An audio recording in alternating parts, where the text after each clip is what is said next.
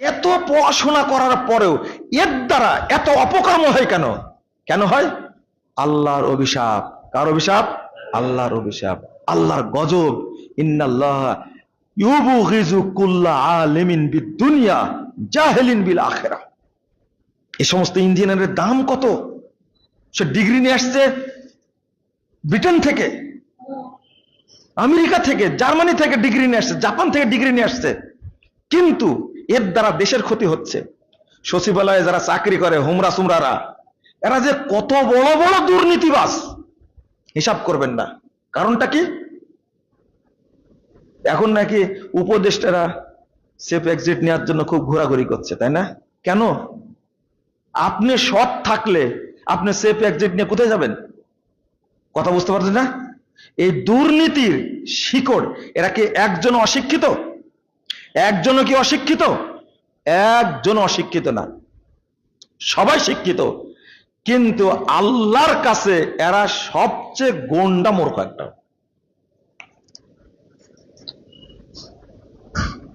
ইসলামে পারিবারিক অনুশাসন, এই বিষয়টা নিয়ে আজকে খুতবায় আলোচনা করব ইনশাআল্লাহ। ওয়া মা তাওফীকি ইল্লা বিল্লাহ, আলাইহি তাওয়াক্কালতু ওয়া ইলাইহি উনীব। পরিবার অত্যন্ত গুরুত্বপূর্ণ বিষয় একজন মুমিনের জন্য, একজন মুসলিমের জন্য। কারণ যে ব্যক্তি দুনিয়াতে নিজ পরিবারকে ইসলামী অনুশাসনের মধ্যে গড়ে তুলবে, ওই ব্যক্তি জান্নাতে পরিবার সহ একসঙ্গে থাকবে। এজন্য পরিবারকে দায়িত্ব নিতে হবে যে আমি আমার সন্তানদেরকে কিভাবে গড়ে তুলব। ছোট থেকে গড়ে না তুললে পরবর্তীতে গিয়ে এটাকে সোজা করা যায় না।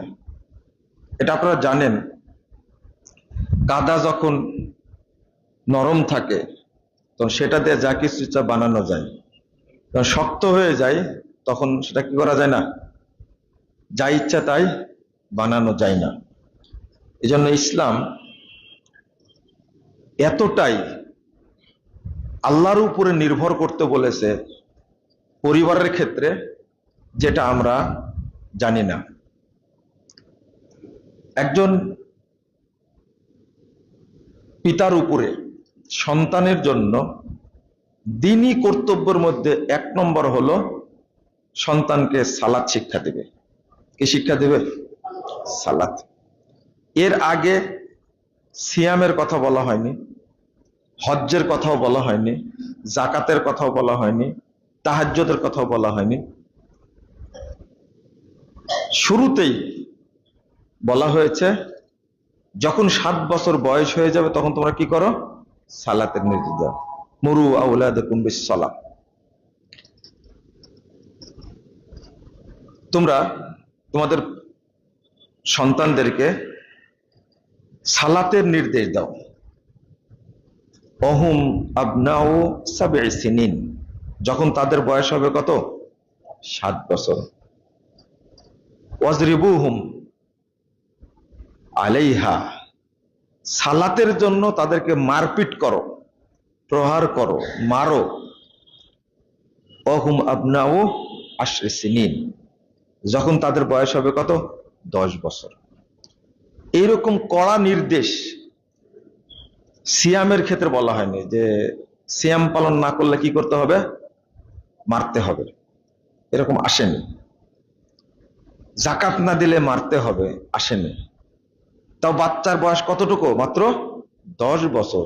এই সময়ে তাকে ইসলাম বলে দিচ্ছে, আল্লাহর বিধান বলে দিচ্ছে, তা কি করতে হবে? মারতে হবে, মেরে সালাত পড়াতে হবে।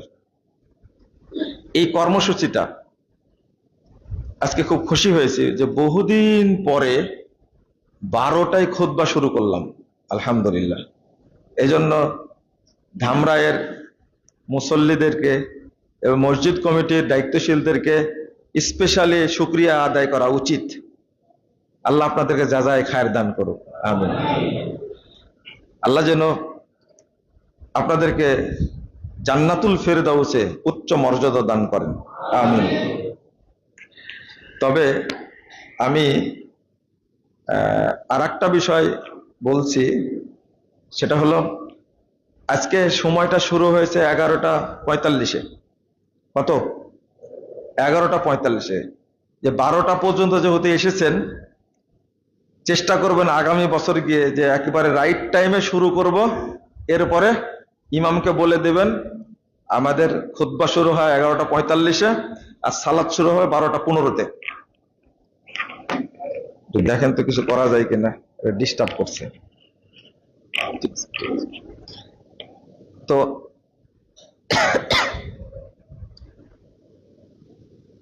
এর কারণটা এই যে আপনারা এটা করলেন, আপনার দেখা দেখে যারা সাহস পাবে, আমল করবে, কিয়ামত পর্যন্ত সব আপনার নেকি বন্ধ হলো, এইটা কিন্তু কবরে চালু থাকবে।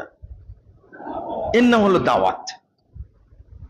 12টায় খুতবা শুরু হয় না সাধারণত কোনো মসজিদে, আপনারা শুরু করলেন, মানুষ দেখলো, ভিডিও হচ্ছে, লাইভ হচ্ছে, মানুষ দেখছে।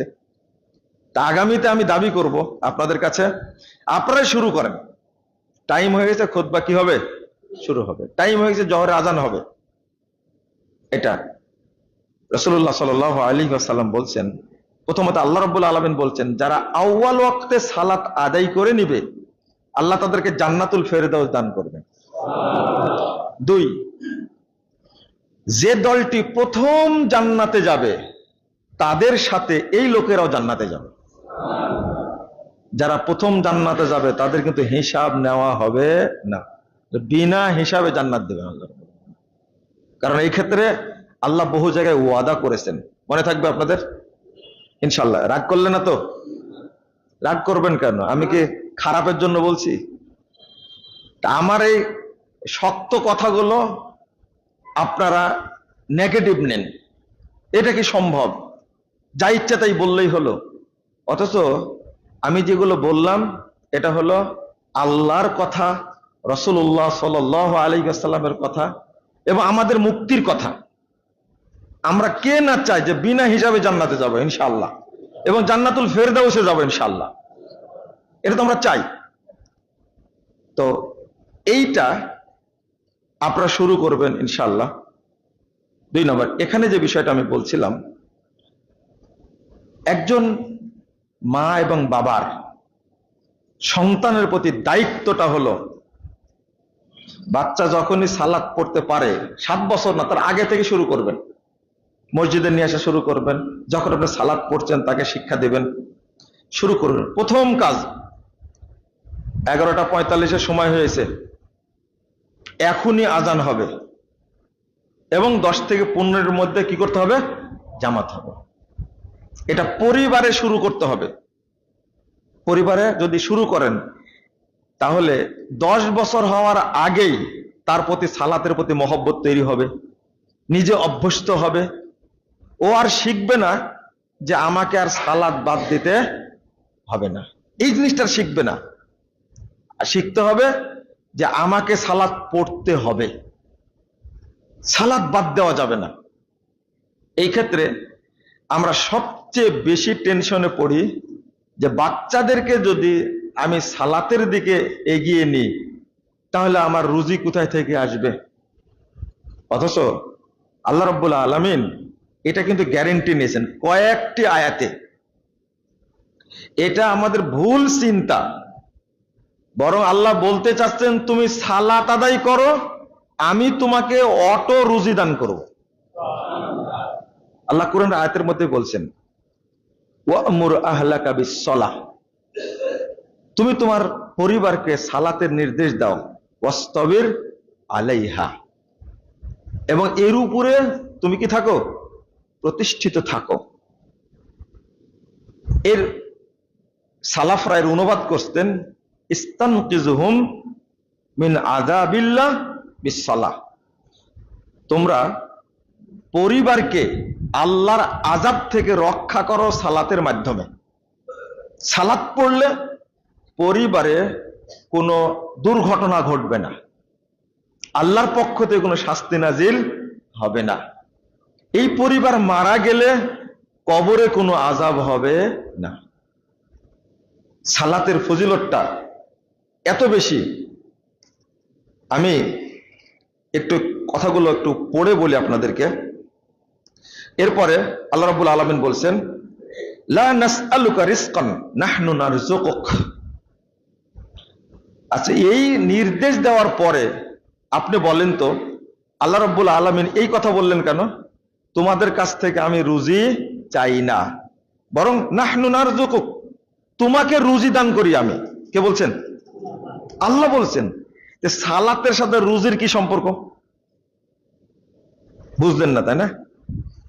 বললেন ওয়া আমুর আহলাকা বিসসালাহ ওয়াসতাবির আলাইহা লা নাসআলুক রিজকা নাহনু নারযুকুক। আমি তো তোমার কাছে রুজি চাই না, আমি কি দিই?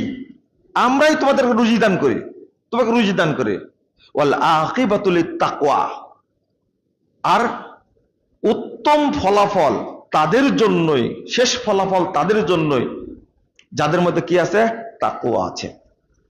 সালাত নিয়মিত না পড়লে তাকওয়া ভিতরে অবস্থান করবে না, কোনো সুযোগ নাই। এখানে মজার ব্যাপার হলো, একটা না কয়েকটা আয়াত আসছে। আল্লাহ রাব্বুল আলামিন এই কথাটা বলার পরে এই কথাটার অর্থ কি, এই কথাটা উল্লেখ করতে গিয়ে একটা সালাফরা একটা কথা উল্লেখ করছেন, ইয়ানি ইদা আকামতাস সালাহ, তুমি যখন সালাতটা আদায় করবে, আতাকার রিজকু মিন হাইসু লা ইয়াহতাসিব, কোথায় থেকে রিজিক চলে আসবে তুমি কল্পনাও করতে পারবে না। মানে রুজিটা আসবে কিসের মাধ্যমে? সালাতের মাধ্যমে। তারপরে বলছেন কামা ক্বালা তাআলা ওয়া মান ইয়াত্তাকিল্লাহ ইয়াজআল লাহু মাখরাজা ইয়ারযুকুহু মিন হাইসু লা ইয়াহতাসিব ওয়া মান ইয়াতাওয়াক্কাল আলাল্লাহ ফাহুয়া হাসবুহ ইন্নাল্লাহা বালিগু আমরি। এই আয়াতের পরে নাহনু নারযুকুক, এই আয়াতটার পরে সূরা তালাকের এই আয়াতটি 2 নম্বর আয়াতটা আবার এখানে যোগ করছেন যে আল্লাহ রাব্বুল আলামিন পরিবারকে কিভাবে রুজি দান করে। মাইয়াত্তাকিল্লাহ, যে ব্যক্তি আল্লাহকে কি করেন? ভয় করেন, আল্লাহ ভীতি অবলম্বন করেন। ইয়ারযুকুহু মিন হাইসু লা ইয়াহতাসিব, আল্লাহ এমন জায়গা থেকে রুজি দান করেন সেটার ব্যাপারে সে কল্পনাও করতে পারে না, আল্লাহর ভাষা। তারপরে বলছেন ওয়া মান ইয়াতাওয়াক্কাল আল্লাহ ফাহুয়া হাসবুহ, যে আল্লাহর উপরে তাওয়াক্কুল করে আল্লাহই তার জন্য যথেষ্ট হন। এরপরে বলছেন ইন্নাল্লাহা বালিগু আমরি, নিশ্চয় আল্লাহ তার কাজ সম্পাদন করবেনই। যখন আপনি আল্লাহর উপরে তাওয়াক্কুল করলেন তখন আপনার অভিভাবক কে হয়ে গেলেন? দায়িত্ব কে নিলেন? আল্লাহ। আর আল্লাহ দায়িত্ব কি করবেন? পূরণ করবেন যথাযথভাবে। আল্লাহ আপনার দায়িত্ব পালন করবেন। ইন্নাল্লাহা বালিগু আমরি, আল্লাহ নিজে বলছেন। আমাদের মধ্যে তাকওয়াও নাই, তাওয়াক্কুলও নাই। তাকওয়াও নাই, তাওয়াক্কুলও নাই। তাকওয়াও থাকতে হবে, তাওয়াক্কুলও থাকতে হবে। মজার ব্যাপার, আরেকটা আয়াত, আমরা যে একটা কথা বলি না, ওমা খলাকতুল জিন্না ওয়াল ইনসা ইল্লা লিয়াবুদুন, আল্লাহ বলছেন আমি মানুষ এবং জিনকে সৃষ্টি করেছি লিয়াবুদুন, একমাত্র তারা আমার কি করবে? না ইবাদত না, তাওহীদ প্রতিষ্ঠা করবে। কি করবে? লিয়াবুদুন মানে কি? তাওহীদ প্রতিষ্ঠা করা। ইয়্যাকা না'বুদ ওয়া ইয়্যাকা নাস্তাঈন, ইয়্যাকা না'বুদ ওয়া ইয়্যাকা নাস্তাঈন, এর অর্থ কি? এটা হলো নুওয়াহিদুল্লাহ, আমরা তোমারই তাওহীদকে মেনে নিই। ইবনু আব্বাস রাদিয়াল্লাহু আনহু বলছেন, ইয়্যাকা না'বুদু আই ইয়্যাকা নুওয়াহিদ ওয়া নারজু রাহমাতাক ওয়া নাখশা আযাবাক লা গায়রা লা গায়রুক। একমাত্র তোমারই তাওহীদ প্রতিষ্ঠা করে, তোমার কাছেই রহমত চাই, তোমার আযাব থেকে কি চাই? পানা চাই, আর কারো কাছে চাই না। তাহলে ইবাদত অর্থ এখানে কি বলেন? কি বলেন? তাওহীদ। ইবাদত অর্থ কি এখানে? তাওহীদ। মনে থাকবে তো? ইবাদত অর্থ হলো তাওহীদ। ইয়্যাকা না'বুদ ইয়্যাকা নুওয়াহিদ, তোমারই তাওহীদ প্রতিষ্ঠা করি। ইবাদত অর্থ করার কারণে আমরা শুধু বুঝি সালাত, সিয়াম, হজ, যাকাত এইগুলো না। আপনার অর্থনীতিও ইবাদত, রাষ্ট্রনীতিও কি ইবাদত, তারপরে সমাজনীতিটাও কি ইবাদত, রাজনীতিটাও কি ইবাদত। আমরা শুধু ইবাদত অর্থ করার কারণে, মানে যে জায়গাতেই আপনি থাকবেন সেখানেই তাওহীদকে প্রতিষ্ঠা করতে হবে। কথা বোঝা গেছে? ওমা খালাকতুল জিন্না ওয়াল ইনসা ইল্লা লিয়াবুদুন আই লিওয়াহিদুন, তারা একমাত্র আমারই তাওহীদ প্রতিষ্ঠা করবে। আচ্ছা, এই আয়াতটা উল্লেখ করার পরে আল্লাহ রাব্বুল আলামিন কেন বলছেন ওমা উরিদু মিনহুম মির রিজকিন ওমা উরিদু আন ইউতিমুন ইন্নাল্লাহা হুয়ার রাজ্জাকু যুল কুওয়াতিল মাতিন? এই তাওহীদের কথা বলে এই কথা বললেন কেন? রুজির কথা বললেন কেন? বুঝেন নেব না, তাই না? ইবাদতের কথা বলে, তাওহীদ প্রতিষ্ঠার কথা বলে আল্লাহ রুজির কথা বললেন কেন? তাহলে কয় জায়গা হলো? 3 জায়গায়। ওমা উরিদু মিনহুম মির রিজকিন, আমি তাদের কাছ থেকে কোনো রিজিক চাই না। ওমা উরিদু আন ইউতিমুন, আর চাই না যে তারা আমাকে খাওয়াক। কে চাই না? আল্লাহ চাই না। আমি তাদের কাছে কোনো রুজিও চাই না, আর এটাও চাই না যে তারা আমাকে কি খাওয়াক। তারপর বলছেন ইন্নাল্লাহা হুয়ার রাজ্জাক যুল কুওয়াতিল মাতিন, নিশ্চয় আল্লাহই হলেন সর্বশ্রেষ্ঠ রুজিদাতা, কুওয়াতিল মাতিন। আমি আপনাদের বোঝাতে চাচ্ছি যে ইবাদত চাওয়ার পরে তোমরা একমাত্র আমারই তাওহীদ মেনে নিবে, কি তোমাদের রুজির চিন্তা করা লাগবে না। ইন্নাল্লাহা হুয়ার রাজ্জাকু যুল কুওয়াতিল মাতিন, কারণ প্রকৃত রুজিদাতা কে? আল্লাহ। আমরা যদি এই তাওয়াক্কুলটা করতে পারতাম, আমি আল্লাহর তাওহীদকে মেনে নিব আর রুজি দিবেন কে? আল্লাহ। জাস্ট এতটুকু। আমরা আল্লাহ ভীতি অর্জন করব, রুজির পথ খুলে দেবেন কে? আল্লাহ। কিন্তু আমরা কি এটা করতে পেরেছি? একদিকে বললেন সালাত, আর একদিকে বললেন তাকওয়া, আর এক আয়াতে বললেন তাওহীদ। এই 3টা কাজই তোমরা করবা, তাহলে রুজি দেওয়ার দায়িত্ব কার? আমার। আল্লাহ বলছেন আমার। আপনাদের অন্তত এই গ্যারেন্টিটার কথা আগে বলে দিলাম আল্লাহর পক্ষ থেকে, যে আপনি পরিবারে ইসলামী অনুশাসন প্রতিষ্ঠা করুন, রুজিকে দিবেন আল্লাহ। আমি কি বোঝাতে পারলাম? আগে এইটা দরকার। বাচ্চাটাকে আগে শিক্ষা দেবেন, সুন্দর করে শিক্ষা দেবেন। সেটা হলো বাচ্চা যখন দুধ খাচ্ছে তখন বলবেন কি? বিসমিল্লাহ। বাচ্চা তো বলতে জানে না, মা বলবে কি? বিসমিল্লাহ। এই বাচ্চাটা শুনতে শুনতে এক সময় সব খাওয়ার মুখে দেওয়ার সময় কি বলবে? বিসমিল্লাহ। যখন মা ঘুমাতে যায় তখন বলে কি? আল্লাহুম্মা বিসমিকা আমুতু ওয়া আহইয়া। এইটা বলতে বলতে বাচ্চা শিখে যায়। কিন্তু বাপ মাই যদি না জানে তাহলে ছেলে কি শিখবে? এখন আধুনিক পরিবারের যেগুলো হচ্ছে, এরা বিসমিল্লাহ বলাও জানে না, পেশাব করাও জানে না, ওযু করাও জানে না, ফজর সালাতে উঠতে হয় এটাও জানে না। জানে কি? কিন্ডারগার্টেনে পাঠাতে হবে, খুব তাড়াতাড়ি প্রাইভেটে পাঠাতে হবে, একে ইংরেজি শিখাতে হবে। আপনি যদি ইংরেজির মাস্টার হন, আচ্ছা ইংরেজি এত জানেন, এত শিখেন, কি কারণে বলেন তো দেখি? সুন্দর একটা চাকরি পাবো, ইংরেজি বলতে পারলে চাকরি তাড়াতাড়ি হবে। 2, ফ্রিল্যান্সিং, এটা করতে পারবো। ইংরেজি ভালো বলতে পারলে সমাজে আমার কি হবে? দাম হবে। ভালো করে বুঝুন কথাগুলো। কিন্তু ইংরেজি বলতে পারলে আমার সম্মানটা বেশি হবে, আমার ছেলে ইংরেজিতে বক্তব্য রাখতে পারে। এরপরে কি বলতে থাকেন তো, সর্বোচ্চ কি, আমার ছেলেটা ইংরেজি ভালো বলতে পারবে, একসময় সচিব হয়ে যাবে। তারপরে কি হবে? সিনিয়র সচিব হয়ে যাবে।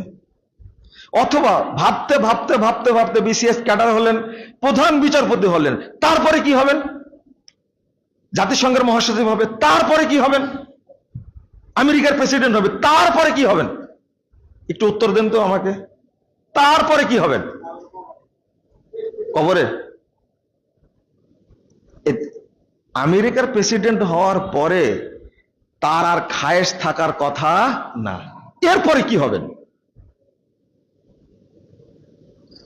আপনি আমাকে এই যে ইংরেজিটা শিখলেন, যে নিয়াতে শিখলেন, ছোট থেকে বেসিক তৈরি করতে হবে ইংরেজিতে, আমার ছেলে সব বিষয়ে ইংরেজিতে পাকা হবে, উদ্দেশ্যটা কি?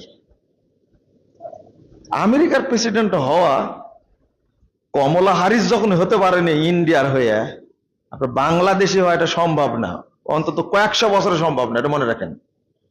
এরপর আপনি কি হতে চান? হলেন আপনি 500 বছর পরে আমেরিকার প্রেসিডেন্ট হবে, হয়তো বা বাংলাদেশি কোনো লোক হবে, ট্রাম্পের মতো সন্ত্রাসী হবে, হতে পারে, কোনো সমস্যা নাই।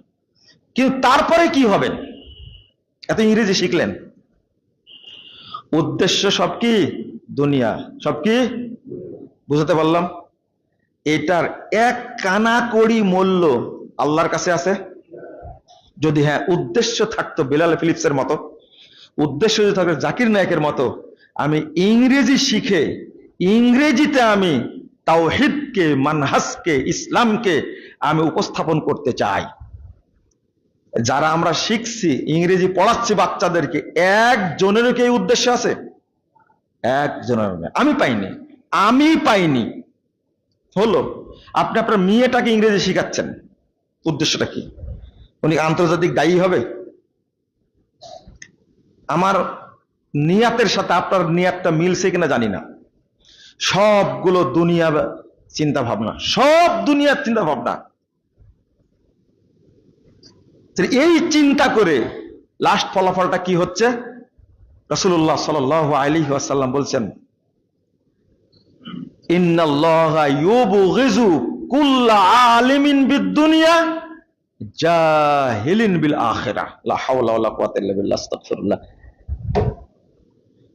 রাসূল সাল্লাল্লাহু আলাইহি ওয়াসাল্লাম বলছেন, নিশ্চয় আল্লাহ তাআলা গজব নাজিল করেন যারা দুনিয়ার ইলমের ব্যাপারে পাগ্য, অভিজ্ঞ, জ্ঞান রাখে, কিন্তু আখিরাতের ব্যাপারে, দিনের ব্যাপারে জাহেল, আল্লাহ তাদের উপরে গজব নাজিল করেন। আল্লাহ গজব নাজিল করেন। আপনি এখান থেকে বাঁচতে পারবেন না, আপনি এখানে ধোঁকা দিতে পারবেন না। ইয়ালামুনা যাহিরাম মিনাল হায়াতিদ দুনিয়া ওয়া হুম আনিল আখিরাতি হুম গাফিলুন। আল্লাহ বলছে 7 নম্বর আয়াত সূরা রুম, তারা দুনিয়াবি ইলমের ব্যাপারে অভিজ্ঞ, কিন্তু দিনের ইলমের ব্যাপারে কি? অজ্ঞ, জাহেল। একজন সচিব বিসিএস ক্যাডার হওয়ার পরে অনেক ধাপ অতিক্রম করে করে করে এখন সচিব হয়ে গেছে, ফুল সচিব হয়ে গেছে। কিন্তু এই মানুষটা এখনো পেশাব করতে জানে না। কেন? এটা হলো আল্লাহর অভিশাপ। কি? আল্লাহর অভিশাপ। বিসিএস ক্যাডার হতে হলে কিন্তু কত পড়াশোনা করা লাগে। একজন ডাক্তার এমবিবিএস করেছে, এফসিপিএস করেছে, এমএস করেছে, আমেরিকা থেকে পোস্ট ডক্টরাল নিয়ে আসছে, কানাডা থেকে, জাপান থেকে, জার্মানি থেকে, এত পড়াশোনা করার পরে এই লোকটা আজও পবিত্রতা হাসিল করা শিখেনি, অজু করা শিখেনি। অজু করা পরের কথা, ও যে পেশাব পায়খানা করে স্ত্রী সহবাস করে যে পবিত্র হবে সেটাও জানে না, কিন্তু আর জানার চেষ্টাও করেনি। কারণ সবচেয়ে জ্ঞানী মানুষ যে তিনি, সবচেয়ে জ্ঞানী মানুষ যে তিনি। আর আমাদের দেশে ডাক্তার নাই, 2-4 জন আছে, বাকি সব ডাকাত, কসাই। রোগীর পকেট মারতে মারতে রোগীকে শেষ করে দিছে একবারে। কোন টেস্ট দেওয়া লাগবে না, পার্সেন্টেজ পাবে তাই এক গাদা টেস্ট দিয়ে দিছে। ওষুধ কোম্পানির ওষুধ লিখতে লিখতে, ভুয়া ওষুধ লিখতে লিখতে। তাহলে একটা বাবা মা যে সন্তানকে তৈরি করেছে, এটা দুনিয়ার উপকারের জন্য না ক্ষতির জন্য? আপনারা বলেন পারমাণবিক বোমা হলো আমেরিকায় আছে, ইসরায়েলে আছে, এরাই হলো বড় পারমাণবিক বোমা। এটা জানেন আপনারা? এক একটা ডাক্তার হয়ে একটা বোমা, অ্যাটম বোমা এক একটা। যে পরিবেশে জন্ম নেবে ওই পরিবেশটাকে ধ্বংস করে দেবে। এক একটা ইঞ্জিনিয়ার, যত দুর্নীতি হয়েছে, পদ্মা সেতু তৈরি করতে গিয়ে লাগতো 20,000 কোটি টাকা, সেখানে চুরি করেছে 50,000 কোটি টাকা, তাও কাজ শেষ হয়নি, আরো 20,000 কোটি টাকা লাগবে। এরা কারা করেছে? যে ইঞ্জিনিয়ার এটা সই করেছে, যে ইঞ্জিনিয়ার এই কাজটা অনুমোদন দিয়েছে, একে ইঞ্জিনিয়ার বলা যাবে না, জানোয়ার বলতে হবে। কে এই তৈরি করেছে? কারণ আমরা তো তৈরি করেছি, ভালো শিক্ষা দিছি। আচ্ছা, এই শিক্ষার কোনো দাম নাই, কোনো দাম নাই, এক কানাকড়ির দাম নাই, কানাকড়ি দাম নাই এদের। এটা অন্তত বুঝেন, যেদিন বুঝতে পারবেন আপনি এর বাপটা এবং মা, এই দুইজনের অবস্থা কি হবে। এই শিক্ষা দিছে, মানে এই বাচ্চাটাকে সাদকা জারিয়া হলো, সাদাকা জারিয়া না গুনায়ে জারিয়া হলো? গুনায়ে জারিয়া। আপনি এই বাচ্চাটাকে খুব সকালে উঠে, ফজরের আগে উঠে তাকে পাঠাতে হবে প্রাইভেটে, ইংরেজি প্রাইভেট, অঙ্ক প্রাইভেট, তারপরে কি বলে রসায়ন, কি বলে সব এগুলো প্রাইভেট পড়তে, ফিজিক্স কেমিস্ট্রি পড়তে আইসিটি প্রাইভেট দিয়েছেন কয়টা? একটা বাচ্চা 8টা-9টা করে প্রাইভেট পড়ে, আর ওর পিছনে সময় দিচ্ছেন আপনি। সময় দিয়ে এখন ওই ডাকাত হয়েছে, কসাই হয়েছে, জানোয়ার হয়েছে, দুর্নীতিবাজ হয়েছে। নাহলে একজন সচিব 5,000 কোটি টাকা চুরি করে কেমনে? একজন এমপি 5,000 কোটি 10,000 কোটি চুরি করে দেশকে ভঙ্গুর করে দিয়েছে। 28 লাখ কোটি টাকা চুরি করেছে। আমি আপনাদের কিভাবে বুঝাবো এই দোষটা মূলত কার? বাপ মায়ের। কার দোষ? বাপ মায়ের। আপনারা কেউ হিসাব দিতে পারবেন না। আর ওই সমস্ত শিক্ষা প্রতিষ্ঠানে পড়ায় যেখানে পড়লে বানর তৈরি হয়। কি তৈরি হয়?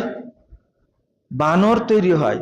একজন প্রফেসর মানুষ পড়াশোনা করে এখন বলছে আমাকে বানরে জন্ম দিয়েছে, বলছে না, গর্বের সাথে বলছে, তাও গবেষণা করে বলছে যে আমাকে বানর তৈরি করেছে। আস্তাগফিরুল্লাহ, আস্তাগফিরুল্লাহ।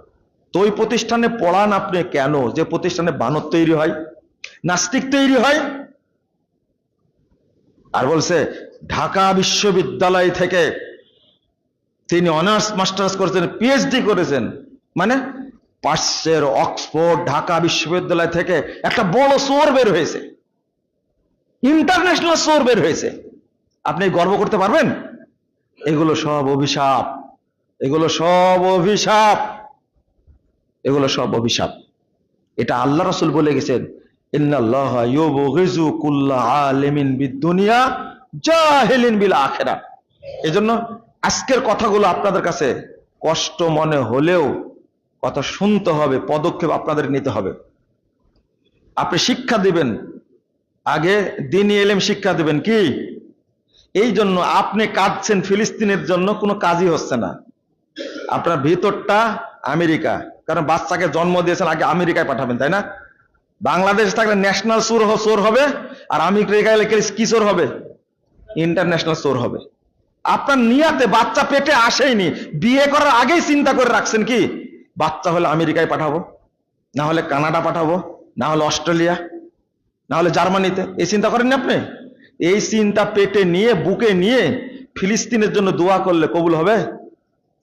ফিলিস্তিনিরা বাচ্চা জন্ম দিচ্ছে ফিলিস্তিন রাষ্ট্রকে স্বাধীন করার জন্য। কি ভুল বললাম? আর আপনি বাচ্চা দিচ্ছেন কি ওই ফিলিস্তিনিদেরকে মারার জন্য, তাই না? একজন ব্যক্তি প্রশ্ন করেছে, আমরা যে মিশনে যাই, কেমনে মিশনে যাবে বলেন? যাদের দেশে পাঠানো হয়, আমাদের পাঠানো হয় মুসলিমদের বিরুদ্ধে। ওর ভিতরে ঈমান আছে তাই প্রশ্ন করছে, তাই না? ওর মধ্যে ঈমান আছে তাই প্রশ্ন করছে। যদি পারিবারিক শিক্ষা যদি থাকতো, কখনো এই সন্তানগুলো পথভ্রষ্ট হতো না। প্রথম বললাম কি, সালাতটা আদায় করবেন ঠিক মতো, মনে থাকবে? সালাত মনে থাকবে তো? সালাতের মৌলিক দিকটা হলো, 1 নম্বর, এই সালাতটা ঠিক মতো আদায় করেন। আল্লাহ রাব্বুল আলামিন বলছেন, ওয়া আকিমিস সালাহ ইন্নাস সালাতা তানহা আনিল ফাহশা ওয়াল মুনকার। 45 নম্বর আয়াত সূরা আনকাবুত। আল্লাহ রাব্বুল আলামিন বলছেন, সালাত আদায় করুন, নিশ্চয় সালাত যাবতীয় ফাহেসা, অন্যায়, নোংরা, খারাপ কাজে বাধা দান করে। আপনাকে বাধা দেয় না কেন? তাহলে কি সালাত পড়েন না ভণ্ডামি করেন? আমি সালাত পড়ি মিথ্যা কথা বলি, আমি সালাত পড়ি কি ঘুষ খাই, আমি সালাত পড়ি আমি জেনা করি, আমি সালাত পড়ি হারাম খাই, আমি সালাত পড়ি নিশা করি। তাহলে কি সালাত পড়েন না ভণ্ডামি করি বলেন তো দেখি? ভণ্ডামি, এটা আল্লাহর সাথে কি ভণ্ডামি। বাধা দেয় না কেন? তাহলে আল্লাহর কথা মিথ্যা হয়ে গেল। আপনি মনে করেন যে আল্লাহ তো বলেছেন সালাত পড়লে সব কি হয়ে যায়? আস্তাগফিরুল্লাহ, আস্তাগফিরুল্লাহ। আল্লাহকে মিথ্যাবাদী করলেন আপনি। করছেন তো প্রকারান্তরে। বয়স 75 হয়ে গেছে, এখনো নিশা ছাড়েননি, সালাতও ছাড়েননি। মাশাআল্লাহ, দুই দিকেই পাকা। নিশা করাতেও পাকা, জেনা করাতেও পাকা।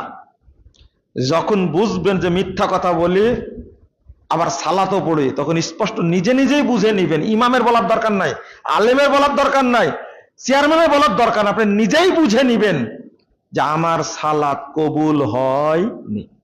নিজে নিজে বুঝে নেবেন। সুদ খাচ্ছেন, নিজে নিজেই বুঝে নেবেন আমার সালাত কবুল হয়নি। কথা কি বোঝা গেছে? হারাম খাচ্ছেন, নিজে নিজেই বুঝে নেবেন আমার সালাত কবুল হয়নি। কারণ 1 ওয়াক্ত সালাত কবুল হলে আপনার দ্বারা মিথ্যা কথা বলা সম্ভব না। 1 ওয়াক্ত সালাত কবুল, এমনকি 2 রাকাত সালাত যদি আল্লাহ কবুল করেন, আপনার দ্বারা জেনা হবে না, আপনার দ্বারা চুরি হবে না, দুর্নীতি হবে না। 2 রাকাত সালাত যদি কবুল হয়। এই জন্য আল্লামা দেলোয়ার হোসেন সাঈদী সাহেব আমাকে মাঝে মাঝে বলতেন যে বাবা, জেলখানায় বুকে হাত দিয়ে বলছে, বাবা আমার জন্য দোয়া করো, আল্লাহ যেন আমার 2 রাকাত নামাজ কবুল করেন। 2 রাকাতের কথা, 2 রাকাত মাঝে মাঝে বলতেন, 2 রাকাত নামাজ যেন কবুল করে। মানে উনি বুঝতেন যে সালাতের পাওয়ারটা কেমন। 2 নম্বর ফজিলত হলো, ফাইন কুবিলা মিনহু কুবিলা সাইরু আমালি। সালাত কবুল হয়ে যায়, আপনার অন্য যত আমল আছে সব অটো কবুল হয়ে যাবে। হজ্জের হিসাব হবে না, সিয়ামের হিসাব হবে না, আখলাকের হিসাব হবে না, যাকাতের হিসাব হবে না। সালাত কবুল হয়ে গেছে, আল্লাহ বলবেন অটো সব কবুল হয়ে গেছে। সুবহানাল্লাহ। এটা হলো সালাতের কি বড় গ্যারান্টি, এটা হলো বড় জিনিস। 3 নম্বর, সালাত কবুল হলে আপনার রুজি আল্লাহর পক্ষ থেকে অটো নাজিল হবে। এই জন্য আমরা বলি বেশি বেশি নফল সালাত আদায় করবেন, তাহলে আল্লাহ আপনাকে আমাকে রুজি দান করবেন। নফল সালাত বুঝেন? ফরজই পড়ি না, নফল কখন পড়বেন? ফরজই পড়ি না, নফল কখন পড়বেন? আল্লাহ রাব্বুল আলামিন বলছেন, ইয়া আইয়ুহাল্লাযীনা আমানু কু আনফুসাকুম ওয়া আহলিকুম নারা। পরিবার ঠিক হলে সমাজ ঠিক হবে, হবে না? মানে ব্যক্তি ঠিক হলে পরিবার ঠিক হবে, পরিবার ঠিক হলে কি হবে? সমাজ ঠিক হলে, সমাজ ঠিক হলে দেশ ঠিক হবে। পরিবার শিক্ষা চালু করেন। আল্লাহ বলছেন, কু আনফুসাকুম ওয়া আহলিকুম নারা। তোমরা আগে নিজে বাঁচো, পরিবারকে বাঁচাও কোত্থেকে? জাহান্নাম থেকে, তাই না? এর অর্থ করছেন সাহাবা কেরাম, তাবিনে যেমন অর্থ করছেন, আউসু আনফুসাকুম ওয়া আহলিকুম বিতাকওয়াল্লাহ, তোমরা তোমাদের পরিবারকে আল্লাহ ভীতির মাধ্যমে, নিজেদেরকে তাকওয়া শিক্ষা দেওয়ার মাধ্যমে জাহান্নাম থেকে বাঁচাও। তাহলে আগে নিজেকে নসিহত করতে হবে, আল্লাহ তুমি আমার মধ্যে তাকওয়া দান করো। এরপরে পরিবারের জন্য বলতে হবে, আল্লাহ তুমি আমার পরিবারে তাকওয়া দান করো। আর একটা, সব সময় একটা দোয়া পড়বেন, সেজদাতেও পড়বেন।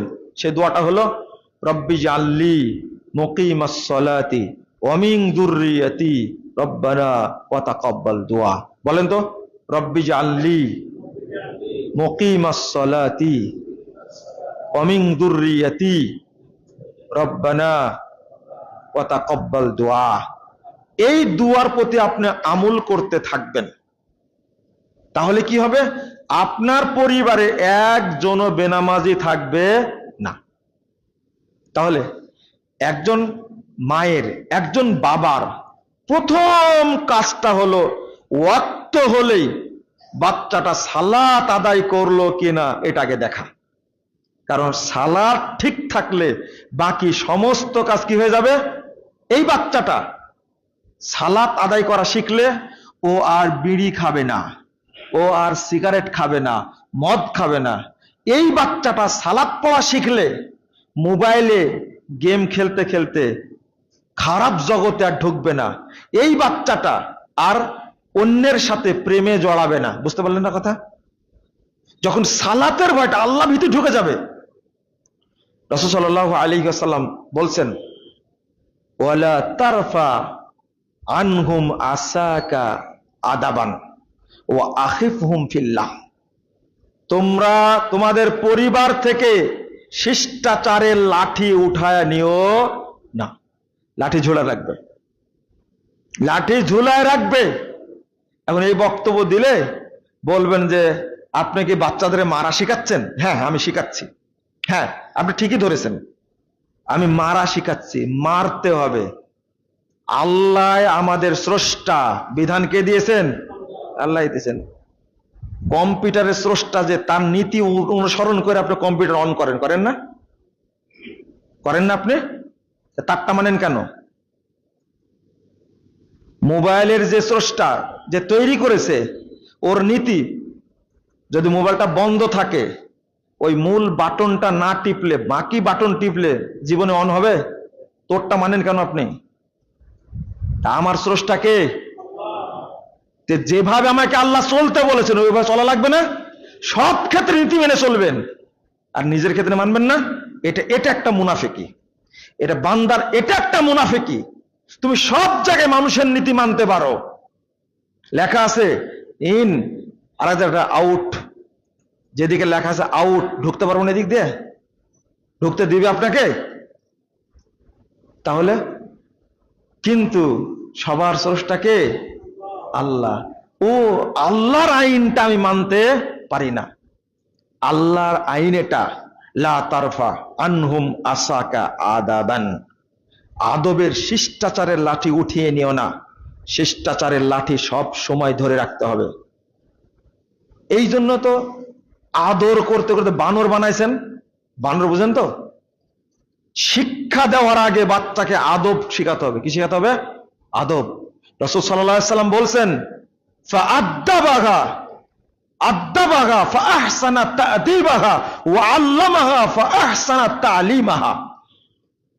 আপনার বাড়িতে যদি কাজের লোক থাকে, কাজের মানুষ থাকে, তা আপনার উপরে ওয়াজিব হলো এই বাচ্চাটাকে আগে সুন্দর শিষ্টাচার শিক্ষা দেওয়া। সালাম দেওয়া শিখাতে হবে, মানুষের সাথে ব্যবহার করা শিখাতে হবে। কিন্তু এত উদ্ভট্টি হয়েছে বাচ্চা কাচ্চা এখনকার, পরিবারে কোনো শিক্ষাই নাই। প্রথম গালিটা কি দেয়? ওর বাপ ওকে শিক্ষা দেয়নি, তাই না? বিয়ে দিয়েছেন, মেয়েকে প্রথম বলবে, শাশুড়ি বলবে, শ্বশুর বলবে, তোমার বাপ মা এগুলো শেখায়নি। দোষ কার হয়? বাপ মায়ের। আর বাপ তুললেই আপনি রেগে যান। হ্যাঁ, আমার বাপ তুলে কথা বলে, তো কাকে তুলে কথা বলবো? আল্লাহ রাসূল সাল্লাল্লাহু আলাইহি ওয়াসাল্লাম বলছেন, ওয়ার রাজুলু রাইন ওয়া মাসউলুন আন রায়াতিহি আলা আহলিহি। রাসূল সাল্লাল্লাহু আলাইহি ওয়াসাল্লাম বলছেন, পরিবারের অভিভাবক হলো পুরুষ, তাকে জবাব দিতেই হবে। আল্লাহর কাছে জবাব দেওয়া লাগবে পরে, কিন্তু আগে জবাব দেওয়া লাগছে কার কাছে? মানুষের কাছে। অভদ্র, সবাই লিফটে সিরিয়ালে দাঁড়িয়ে আছে, আপনার সন্তান চট করে লিফটে ঢুকে গেল, তখন সবাই বলবে এর বাপ মা কি? প্রকাশ্যে না বলতে পারলে কি বলবে? এই বাপ মা তাকে কি শিক্ষা দেয়নি, আদব শিক্ষা দেয়নি। এটা একটা বদদোয়া, এটা একটা বদনসিব। এই জন্য পরিবারে মুহাদ্দিস উলামায়ে কেরাম শরীয়তের নির্দেশ হলো আগে আদব শিক্ষা দেওয়া, তারপরে ইলম শিক্ষা দেওয়া। আদবই নাই তো ইলম কি শিখবো? মানে ইলম শিক্ষারও তো একটা আদব আছে।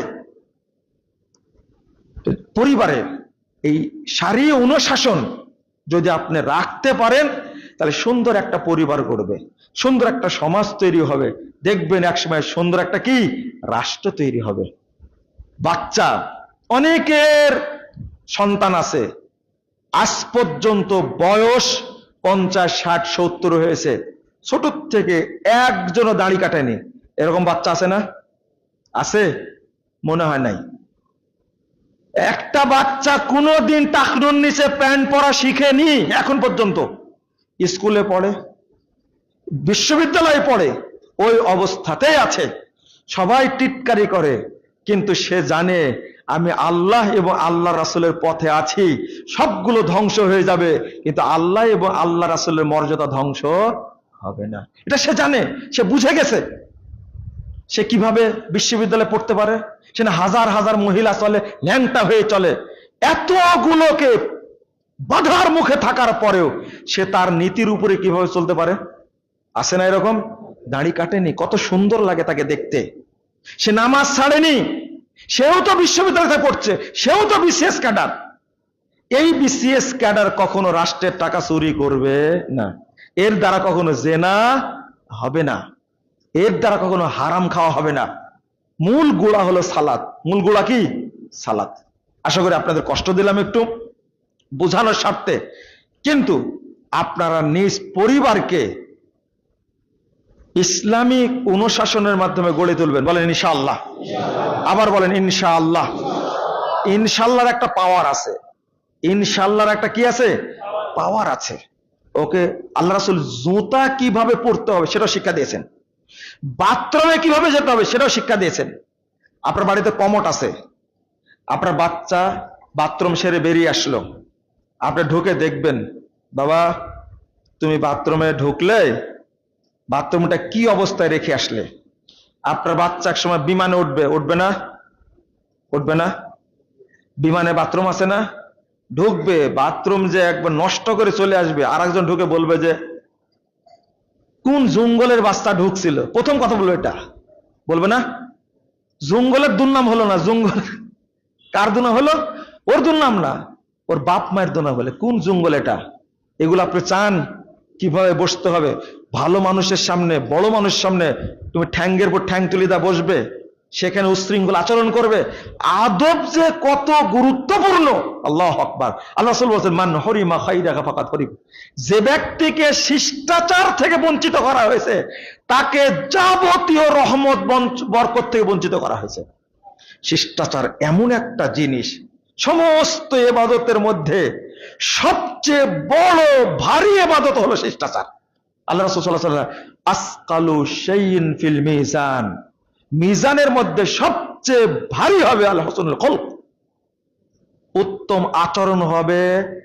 দাড়ি পাল্লায় সবচেয়ে ভারী, তাহাজ্জুদ না, হজ না, সবচেয়ে ভারী হবে কোনটা? সৎ আচরণ। আর এই সৎ আচরণ দিয়ে পাঠিয়েছেন আল্লাহ রাব্বুল আলামিন কাকে? মুহাম্মদুর রাসূলুল্লাহ সাল্লাল্লাহু আলাইহি ওয়াসাল্লামকে। আপনি সেই আচরণগুলো নিলে কি সমস্যা? সমস্যা না। তাহলে আজকের খুতবার শেষে এসে বলতে চাই, 1 নম্বর, নিজ পরিবারটাকে ইসলামী অনুশাসনের মধ্যে তৈরি করবেন। বলেন ইনশাআল্লাহ। 2 নম্বর, তাদেরকে ছোট থেকে আদব শিক্ষা দিবেন। বলেন ইনশাআল্লাহ। তাদেরকে, বাচ্চাদেরকে ছোট থেকে উত্তম শিষ্টাচার শিক্ষা দিবেন। বলেন ইনশাআল্লাহ। বাচ্চাদেরকে উত্তম ভালো আদব শিক্ষা দিবেন ইনশাআল্লাহ। তারপরে সালাত প্রতিষ্ঠার ব্যাপারে সচেতন থাকবেন ইনশাআল্লাহ। কেউ যেন, আর আল্লাহর কাছে চাইবেন রব্বি জাআলনি মুকিমাস সালাতি ওয়া মিন যুররিয়াতি রব্বানা ওয়া তাকাব্বাল দুআ। মনে থাকবে তো ইনশাআল্লাহ? এই দোয়ার মাধ্যমে আল্লাহর কাছে চাইবেন আপনার পরিবারে একজন বেনামাজি থাকবে না, আর জান্নাতেও কাউকে ছেড়ে থাকবেন না। আল্লাহ একসঙ্গে বলবে তোমরা জান্নাতে একসঙ্গে প্রবেশ করো আনন্দ চিত্তে। তুহবারুন, আল্লাহ রাব্বুল আলামিন বলেছেন আল্লাহ যেন আমাদেরকে পরিবার সহ জান্নাতে থাকার ব্যবস্থা করে দেন। আল্লাহ যেন আমাদেরকে ইসলামী অনুশাসন মেনে চলার তৌফিক দান করেন। আমিন।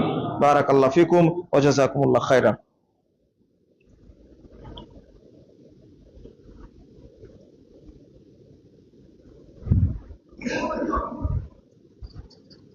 আলহামদুলিল্লাহি ওয়াহদাহ ওয়াসসালাতু ওয়াসসালামু আলা মান লা নাবিয়্যা বা'দা। আল্লাহুম্মা সাল্লি আলা মুহাম্মাদ ওয়া আলা আলি মুহাম্মাদ কামা সাল্লাইতা আলা ইব্রাহিম ওয়া আলা আলি ইব্রাহিম ইন্নাকা হামিদুম মাজিদ। আল্লাহুম্মা বারিক আলা মুহাম্মাদ ওয়া আলা আলি মুহাম্মাদ কামা বারাকতা আলা ইব্রাহিম ওয়া আলা আলি ইব্রাহিম ইন্নাকা হামিদুম মাজিদ। সম্মানিত মুসল্লিবৃন্দ, আমি শুনেছি যে ধামরায় এত বড় জনবহুল এলাকা হওয়া সত্ত্বেও এখানে আহলে হাদিসদের প্রভাব বেশি, ব্যবসাও বেশি, কিন্তু দানের হাতটা নাকি খুবই কি কঞ্জুস খুবই আপনারা, তাই নাকি? আসলেই লা ইলাহা ইল্লাল্লাহ। বখিল হয়ে মরবেন না, বখিলের জন্য জান্নাত নেই, বখিলের জন্য জান্নাত নাই। এতটুকু বললাম। তো আগামী দিনে এসে আমি আপনাদেরকে দান করা শিখাবো ইনশাল্লাহ, আশা করি। আর তাড়াতাড়ি যেন আসতে পারি এই দোয়াটা করবেন, তাড়াতাড়ি যেন আসতে পারি। 2 বছর পরে আসলাম, আরো যেন 4 বছর পরে আসতে পারি, এই দোয়া করবেন না আগেই, তার আগে যেন আসতে পারি ইনশাল্লাহ। দোয়া করবেন। এবার এসে জানাবো দানের হাত খুললে সব জায়গায় বরকত হবে, আর দানের হাত বন্ধ থাকলে বরকত হবে না। পাপ মোচনের সবচেয়ে বড় মাধ্যম হলো সাদাকা। সাদাকা দিলে আপনার সব পাপ ক্ষমা হয়ে যায়, আর পাপ ক্ষমা না হওয়া পর্যন্ত আপনার দোয়া কবুল হবে না। আল্লাহ যেন বুঝার তৌফিক দান করেন। আমিন। 2 নম্বর, এই যে ফিলিস্তিনের যে অবস্থা, আপনারা দোয়া করবেন আল্লাহ যেন ফিলিস্তিনকে আল্লাহ স্বাধীন করে দেন। 2 নম্বর, আল্লাহ যেন ইহুদিদেরকে সারা পৃথিবী থেকে ধ্বংস করে দেন। যেখানে আসছে আল্লাহ সেখানে তাদেরকে যেন অপদস্থ করেন। আমিন। এই দোয়াটা রাতে দিনে সেজদায় করতে থাকবেন, আল্লাহ এক সময় কবুল করবেন, ফিলিস্তিন স্বাধীন হবে ইনশাআল্লাহ, ইহুদিরা ধ্বংস হবে ইনশাআল্লাহ। এই বিশ্বাস রেখে দোয়া করবেন। اللهم اغفر لنا وللمؤمنين والمؤمنات والمسلمين والمسلمات والأحياء منهم والأموات. اللهم أعز الإسلام والمسلمين، اللهم أعز الإسلام والمسلمين، اللهم أنجِ المستضعفين من المؤمنين في كل مكان، اللهم أنجِ المستضعفين من المؤمنين في كل مكان، اللهم احفظ المسجد الأقصى يا رب العالمين، اللهم انصر إخوان المسلمين في فلسطين وكشمير وسوريا يا أرحم الراحمين، يا أرحم الراحمين، يا أرحم الراحمين. اللهم احفظ المجاهدين والمرابطين في كل مكان، اللهم احفظ المجاهدين والمرابطين في كل مكان، اللهم احفظ بلاد المسلمين يا رب العالمين. اللهم عن الكفرة والفجرة والمبتدئة واليهود والنصارى والمشركين، اللهم شكك شملهم ومزق جمعهم وخرب بنيانهم ودمر ديارهم وانزل بهم بأسك الذي لا ترده عن القوم المجرمين. اللهم اشدد وطأتك على اليهود والنصارى والمشركين، اللهم اشدد وطأتك على اليهود والنصارى والمشركين، اللهم دمرهم تدميرا، اللهم دمرهم تدميرا، اللهم دمرهم تدبيرا وانصرنا عليهم. اللهم إياك نعبد ولك نصلي نرجو رحمتك ونخشى عذابك إن عذابك الجد بالكافرين ملحق. اللهم إنا نستعينك ونستغفرك ونتوب إليك ونثني عليك الخير. ربنا آتنا في الدنيا حسنة وفي الآخرة حسنة وقنا عذاب النار. ربنا آتنا في الدنيا حسنة وفي الآخرة حسنة وقنا عذاب النار. ربنا عليك توكلنا وإليك أنبنا وإليك المصير. ربنا فاغفر لنا ذنوبنا وكفر عنا سيئاتنا وتوفنا مع الأبرار. ربنا لا تؤاخذنا إن نسينا واخطأنا، ربنا ولا تحمل علينا إصرا كما حملته على الذين من قبلنا، ربنا ولا تحملنا ما لا طاقة لنا به، واعف عنا واغفر لنا وارحمنا أنت مولانا، وارحمنا أنت مولانا، فانصرنا على القوم الكافرين، فانصرنا على القوم الكافرين. ربنا فاغفر لنا ذنوبنا وكفر عنا سيئاتنا وتوفنا مع الأبرار ربنا تقبل منا إنك أنت السميع العليم وتب علينا إنك أنت التواب الرحيم وصلى الله على النبي